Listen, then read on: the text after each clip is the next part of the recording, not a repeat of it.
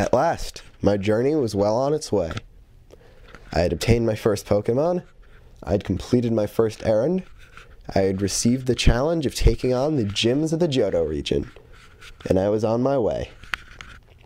However, despite being the budding trainer I was, I knew that I could not do this alone, just with my partner Totodile. So today, I will relive the day that I caught my first Pokémon. Enjoy.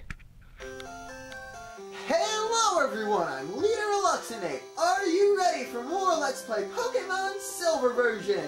In the last episode, we got to Mr. Pokemon's house, received the mystery egg from him, received the Pokedex from Professor Oak, and had an interesting confrontation against mysterious stranger Shady Pants and his pathetic Chikorita. In this episode, we are going to go back to the lab in New Bark Town to see why Professor Elm called us in the middle of the last episode, all spastically saying that something wrong has happened. Okay, let's see what she has to say. She's saying something about a new mechanic. These are one-way ledges. Jump off, can't climb back up. They're helpful in some places, but not necessarily in others. On Route 29, they are specifically helpful, because, like she said, I just got to New Bark Town without going any grass.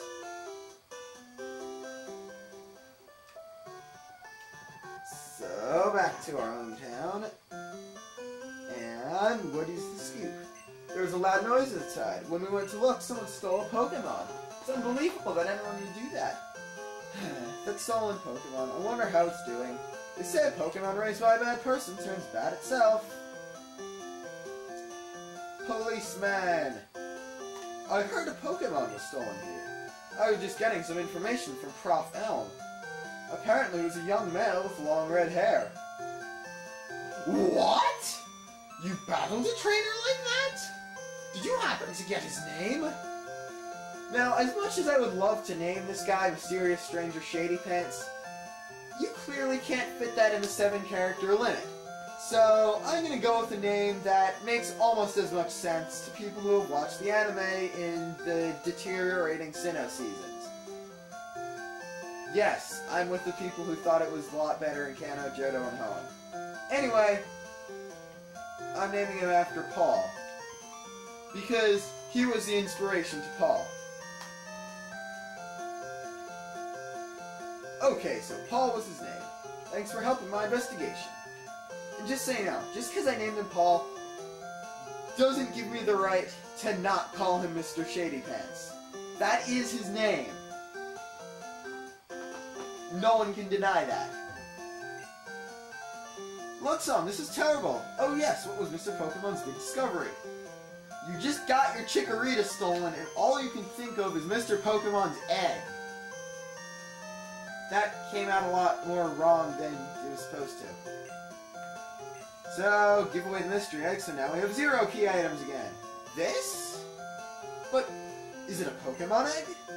If it is a great discovery. What? Professor Oak gave you a Pokedex? Luxon, is that true? That's incredible. He is superb at seeing the potential of people as trainers. What was that? Wow, Luxon, you may have what it takes to become the champion. You seem to be getting on great with Pokemon too. My voice almost back. You should take the Pokemon Gym Challenge. The closest gym would be the one in Violet City. Luxon, the road to the championship will be a long one. Before you leave, make sure that you talk to your mom. Let's see, did Sobek get healed throughout all that? Yes, he did. Okay. Luxon! Use these on your Pokedex quest. And Luxon received Pokeball. Which is incorrect because you actually received 5 Pokeballs.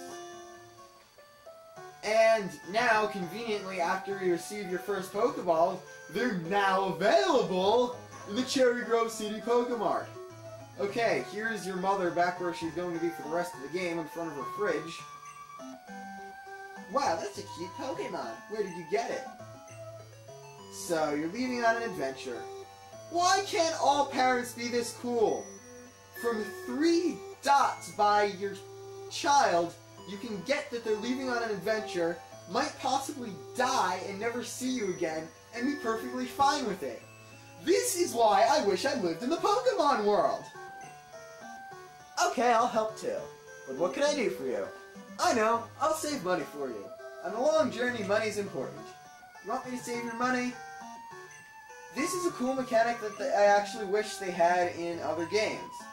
Basically, whenever you beat another trainer, like we did with Mr. Shady Pants in the last episode, you'll get prize money that you can use to buy stuff. A certain fraction of that will go to your mother after every victory. Because whenever you lose a trainer battle, you'll have to give your opponent prize money.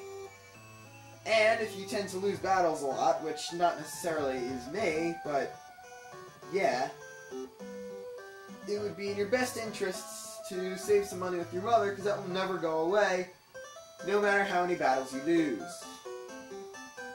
I've seen you a couple times. How many Pokemon have you caught? Do you like me to show you how to catch Pokemon?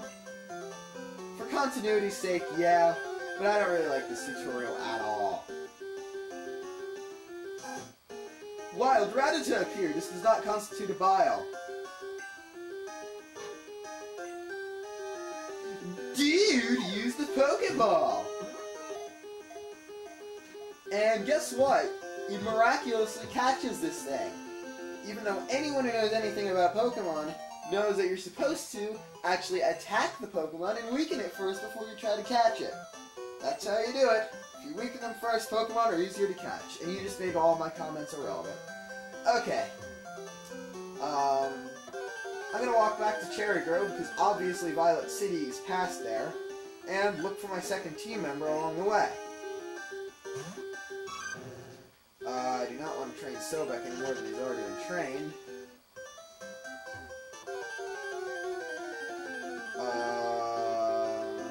This could take a while. I'm tempted to cut, but you know what, it's the 3rd episode, you deserve a break from me talking. Even though, really, you're just going to get a break from me talking to see me talking again.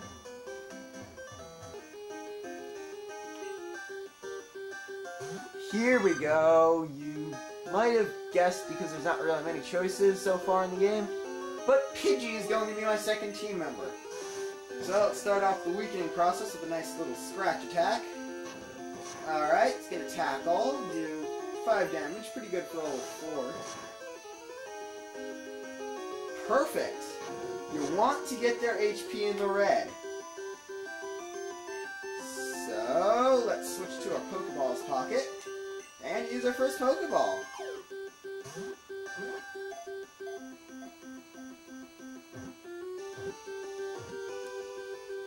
Gotcha! Pidgey was caught! I don't know why I'm being so enthusiastic about it. It was actually pretty much a given that I'd catch it with that much HP left. It's gotta be 1 HP. Pidgey's data was newly added to the Pokedex.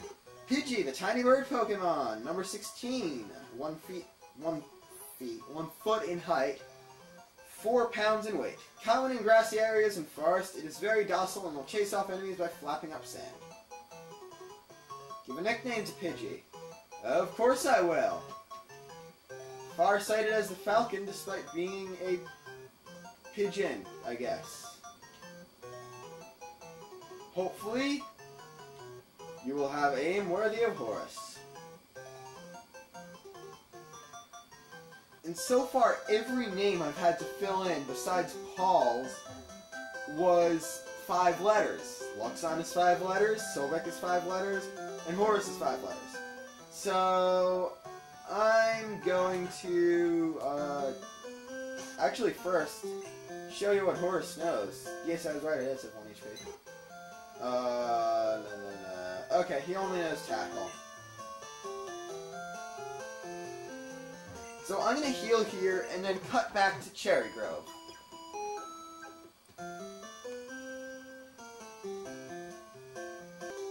Actually, something I probably should have showed, but didn't, was not this pointless wild battle against another Pidgey, which is ironically going to be Horace's first battle against another wild Pokemon.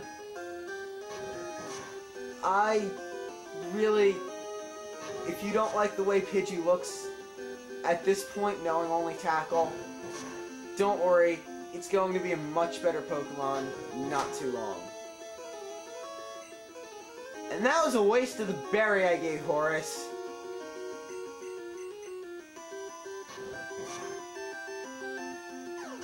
From now on, if he faints, he faints. I don't care. Okay, so what I was going to show, there's a gate up here. This will lead you to... I forget what route it is. Route 46.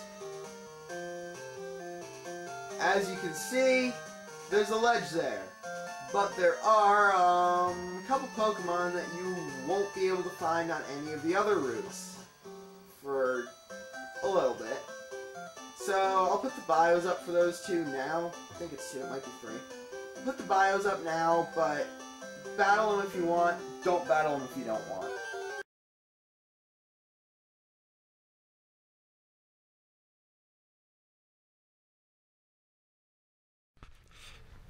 Take note of this.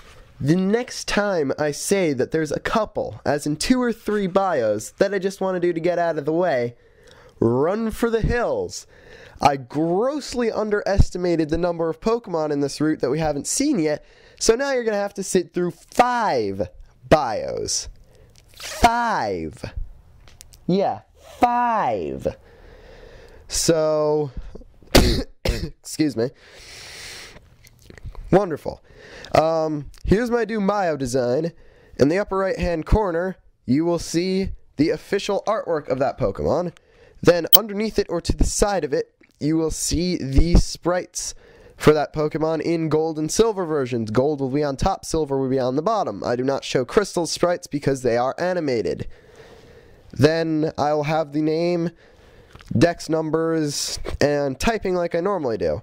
I'll also have the species name and the base stats, underneath of which I will have the average and the class. On every other bio I intend to do in this format, I will also have the evolution level for the Pokemon, but I do not have it on this one because I forgot. I believe Rattata evolves on level 22. Excuse me. I'm a bit sick. I haven't been able to record these in a while.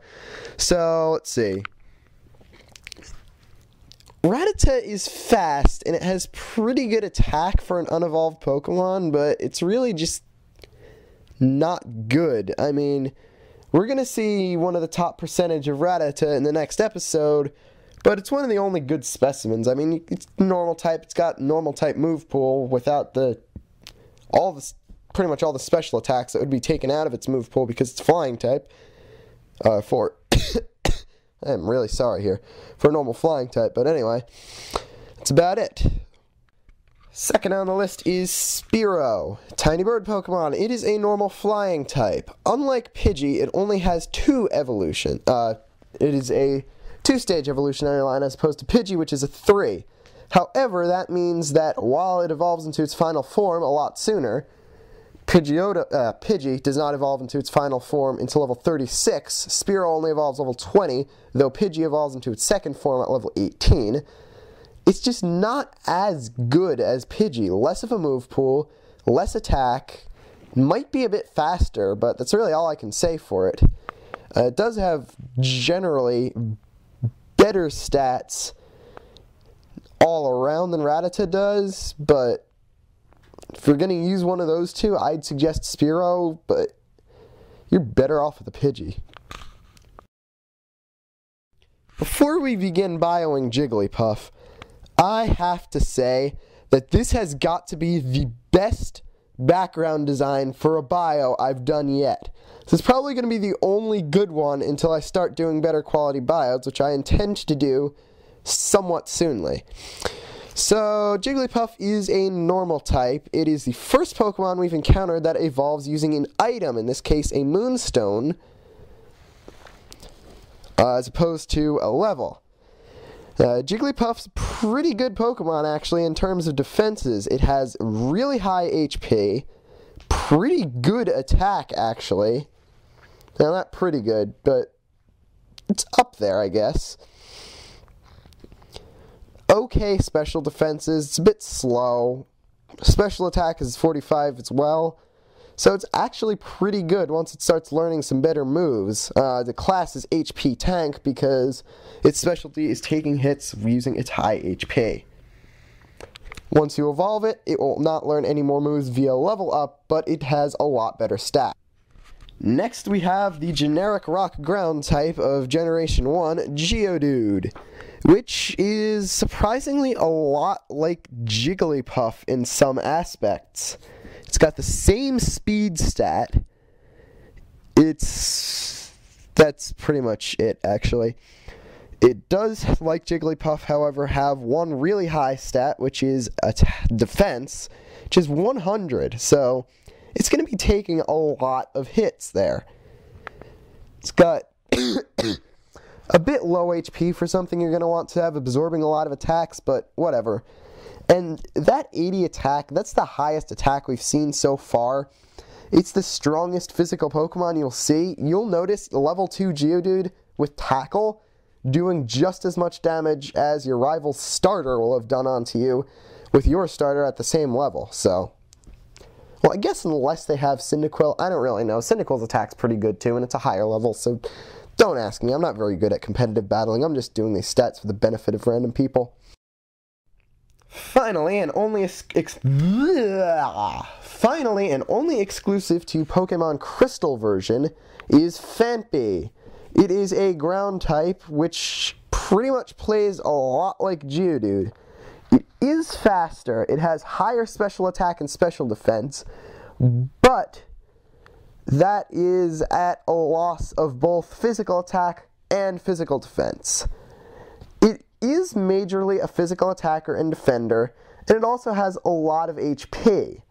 So you can use it in much of the same way Geodude does, just beware. Its stats are a bit widespread more, so it works the same as Geodude, but that increased speed is really not necessary. That would have been better probably going into physical attack, because the HP balances out the lower defenses.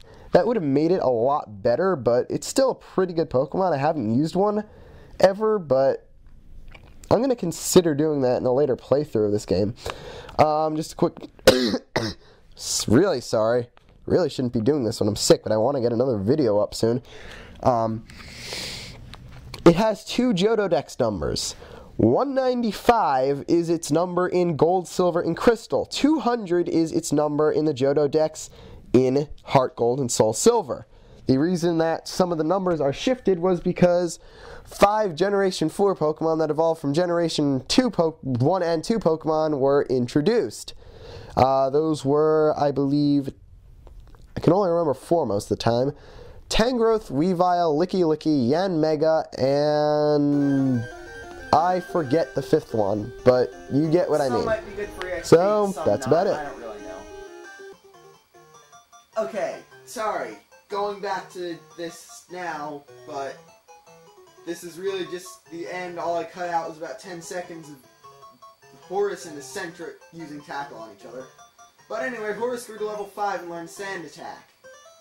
Sand Attack is the first non-normal type move that you're likely to encounter along your journey. It's a ground type move, but it doesn't cause any damage. It's a basic stat lowering move like Growl or Leer, except it lowers accuracy. So basically, Scratch is now able to miss, and Tackle's gonna miss a heck of a lot more.